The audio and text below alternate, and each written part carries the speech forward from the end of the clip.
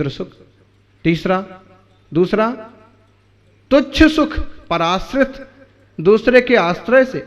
हम सोचते हैं कि इससे दोस्ती करेंगे तो सुख मिलेगा, हम सोचते हैं कि अमुक तरह की चीजें मिल जाएंगी तो हम सुखी हो जाएंगे। नहीं, चीजें बदल जाती हैं, लोग बदल जाते हैं। कहां वही दोस्त रहता है? दोस्त दोस्त ना रहा।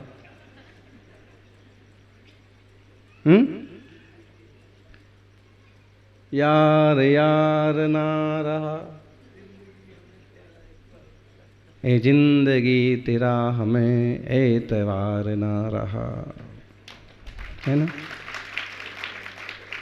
आप लोग ये भजन समझ में आ गया? हाँ, आप विचार करो, ये लाइनें जो हैं भले बहुत बार लोगों ने सुनी होंगी और इसका अर्थ का अनर्थ किया होगा, और कभी इसके पीछे एक मन में क्या बोलेंगे क्लेश पैदा किया होगा, लेकिन इसका सीधा साधा अर्थ तो यही है कि दोस्त भी बदल जाते हैं, यार भी बदल जाते हैं। मौके देख करके गिरगिट का रंग बदलने वाले लोग दुनिया में बहुत हैं। इसे सीधा इतना समझ लिया जाए तो जो अपने रिश्ते हैं, रिश्ते आसानी से निभाने की क्षमता भी प्राप्त हो, और जो अपना रास्ता है, अपना मार्ग, उस मार्ग को आसानी से समझने की क्षमता भी प्राप्त हो। हम फिर किसी के लिए अपने को पूरा झोंक नहीं देंगे। कभी कभी होता है ना, अगर बेटा किसी बेटी छोकरी के चक्कर में पड़ जाए तो यही छोकरी चाहिए, और उसको धीरे धीरे उसके कोई फॉल्ट मालूम पड़ जाए ना कि छोकरी तो ऐसी है, ये छोकरी को मेरे पहले भी 2-3 जनों से दोस्ती कर चुकी है, समझ लो किसी की बेटी और किसी के छोकरा, ये छोकरा ही चाहिए हमको। नहीं बेटा, ये ठीक नहीं है, आदमी ठीक नहीं है, नहीं हमको तो यही चाहिए। और उसको फिर मालूम पड़े हैं, या कोई उसका बात सुनने को मिल जाए कि जब गलत बोल रहा है, गलत कह रहा है,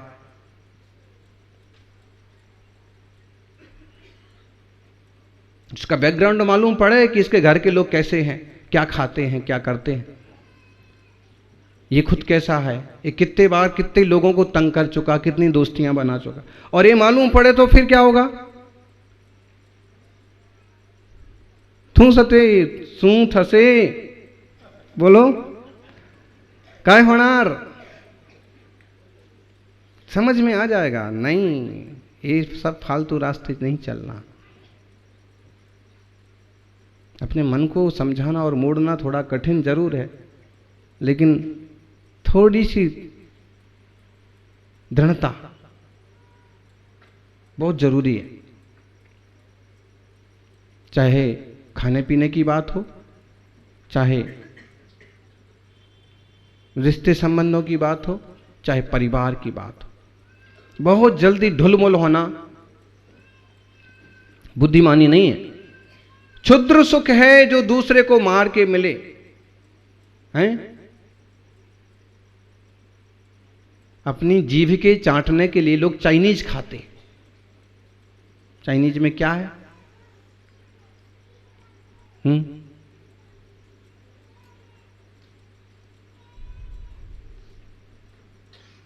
क्या क्या नहीं खाते हैं खाने वाले, लेकिन दूसरे जीवों को सता करके, मार करके अगर आप कुछ भी ऐसे करते हैं तो क्षुद्र सुख है और वह दुखदाई है। दूसरा तुच्छ सुख है, वो पराश्रित है, दूसरे के आश्रित है। दूसरे के आश्रित आप सुखी नहीं रह सकते। देख लो, आपकी शादी हो गई है? हो गई महाराज। हम तो अपनी घरवाली के साथ पड़गाहन को भी खड़े होते हैं। बढ़िया बात है, पड़गाहन करते हो, भक्ति करते हो, लेकिन आप देख लो, दोनों प्राणी एक जैसे मिल गए, एक जैसी बुद्धि है, एक जैसा भाव है, तो गाड़ी ठीक चलती है। और तुमने कहा कि जल्दी कपड़े बदल, पड़गाहन को खड़े होना, तुम ही बदल लो, तुम ही खड़े हो जाओ। अब बोलो तुम्हारी क्या हालत होगी? अब बदलो तो आफत, और ना बदलो, भाव है कि आहार देना ही देना है, और बदलो तो बाद में वो पता नहीं कितनी जान खाएगी। बहुत बहुत बहुत तरह की वो होती हैं स्थितियां लोगों की, वो क्या बोलें, ना बोल सकते हैं और ना। ऐसे ही महिला वर्ग में होता है, खूब भावना है कि ऐसे करना है। श्रीमान जी को कहा चौका लगाना है, लगा लो, तुम्हारे बाप के यहां से सामान मंगवा लेना। कोई भी चीज है, शिखर जी जाना है कि कुछ भी करना है, तो वो एक दूसरे की ऐसी खिंचाई और धुलाई करते हैं ना कि फिर कुछ ना बोलते बनता है, ना कुछ करते बनता है, ना रिएक्ट ही नहीं कर सकते आप। नहीं, कौन मना कर रहा आपको आहार देने को? आप तो जाओ जाओ जाओ, शौक से जाओ, हमारी तो आपको जरूरत ही नहीं है। अब जैसे धर्म ध्यान में भी ऐसे ही होता है, तो कर्म में के मामले में कितना होता है, ये पराश्रित है। भारतीय संस्कृति में एक विवाह संस्था है, वो अपना एक बहुत महत्वपूर्ण हिस्सा है, और अगर वो संयोग अच्छे बन गए तो जिंदगी शांति से निकल जाती है। और अगर कहीं धोखा हो गया, कहीं उल्टे सुल्टे बन गए, कहीं फंस गए, तो समझ लो कि लड़ाई झगड़ा, उठा पटक, रो पीट, क्लेश, टेंशन, तनाव में जिंदगी खत्म।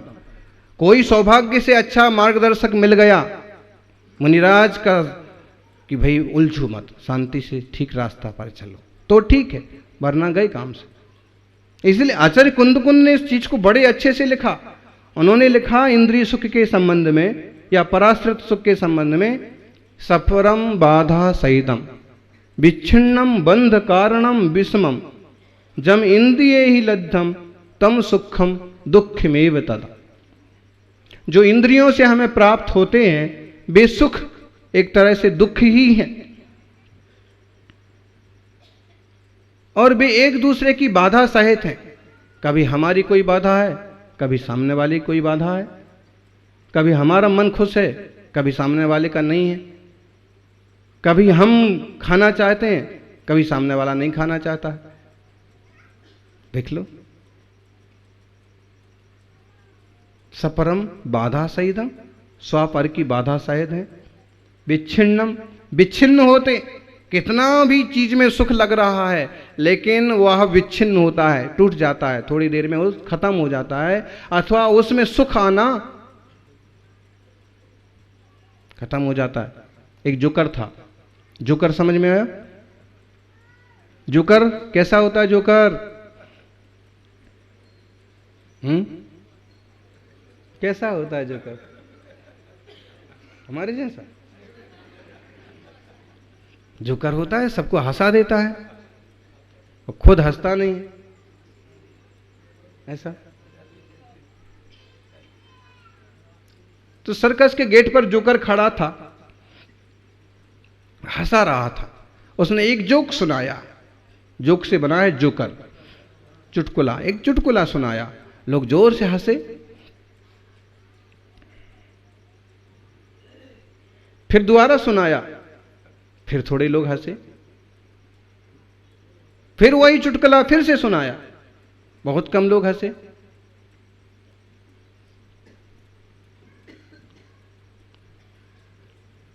कुछ लोगों ने उज्र किया, नया सुनाओ। उसने फिर चौथी बार फिर वही चुटकुला सुनाया, अब की बार कोई नहीं हंसा। लोगों ने कहा तुम एक ही सुनाते रहोगे तो हम लोग कब तक हंसते रहेंगे?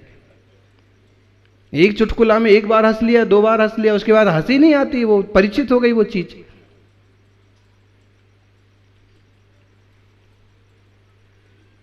उसने कहा कि जब तुम्हें एक चुटकुला बार बार हंसा नहीं सकता है तो एक ही दुख तुम्हें बार बार रुलाता क्यों है?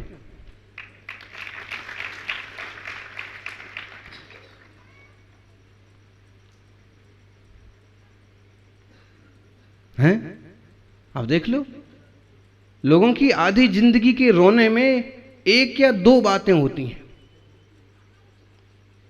मेरे पिताजी ने मुझे घर से निकाल दिया था बिना कुछ दिए, अब यही जिंदगी भर रोना। ये जो मैंने खड़ा किया है ये मैंने अपने दम पर खड़ा किया, यही जिंदगी भर रोना। अरे इसको ये पॉजिटिव भी तो बोल कि अगर पिताजी घर से ना निकालते तो मैं इतना खड़ा भी नहीं कर पाता। मान लो मेरे दोस्त ने चलते बिजनेस में धोखा दे दिया,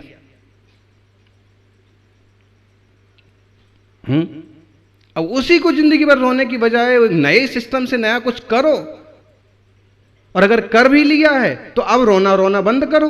उसने धोखा दिया था, चलो अच्छा किया उसने कि मैं समय पर संभल गया और मैंने फिर अपना अलग कारोबार तैयार कर लिया, आज उससे 2 कदम आगे हूं, उसको धन्यवाद। ऐसे ही घर परिवार में रोना होता है।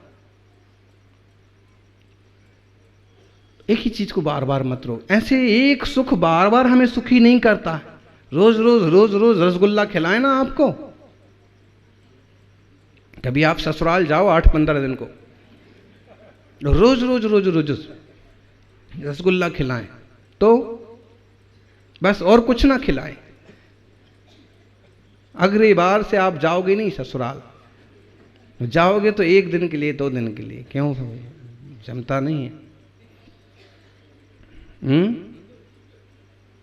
नहीं जमता है जी, एक ही चीज रोज रोज नहीं जमती। क्यों? क्योंकि वस्तु का व्यवस्था ही ऐसी है।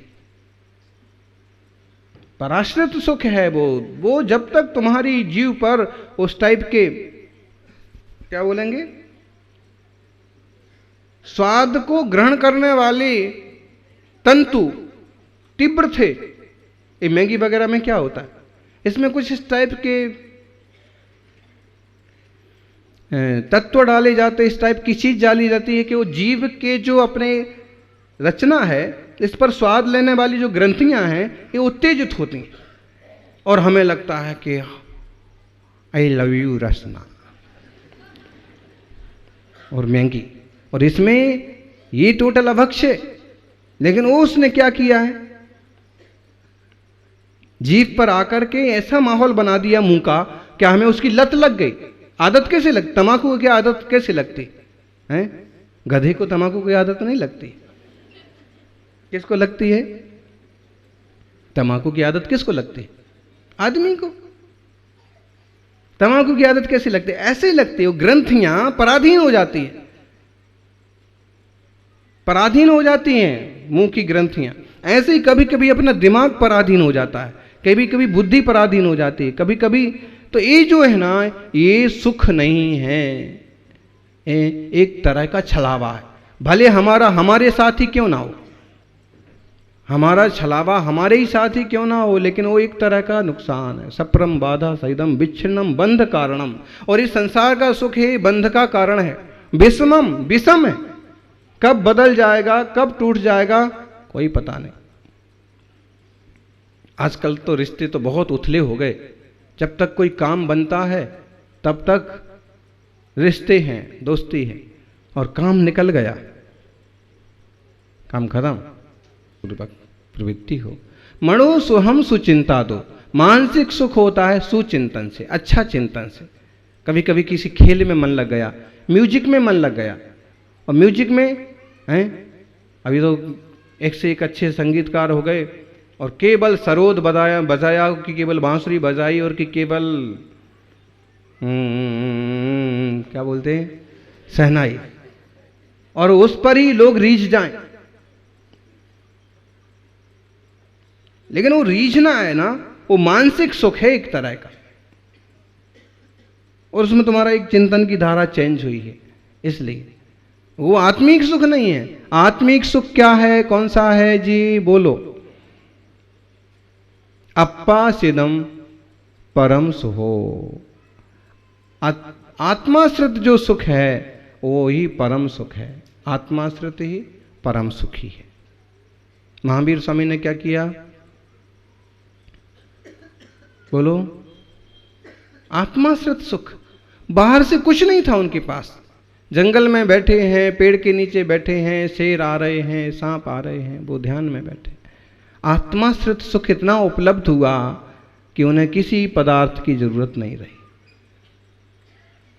जिन्हें जितने पदार्थों की जरूरत पड़ती है, वस्तुओं की, व्यक्तियों की, समझना उतने वो पराधीन हैं, और जिन्हें किसी चीज की जरूरत नहीं पड़ती है वो आत्माश्रित हैं, स्वाधीन हैं।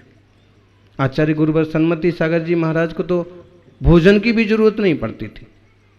और पढ़ती भी होगी तो उनने अपने आप को इतना जीत लिया था कि दाल साग रोटी भी नहीं खाते थे, हैं, केवल मट्ठा पानी लेते थे और तपस्या करते थे। कैसे मिलेगा? अपने भीतर उतरने से मिलेगा, अनाकुलता में मिलेगा।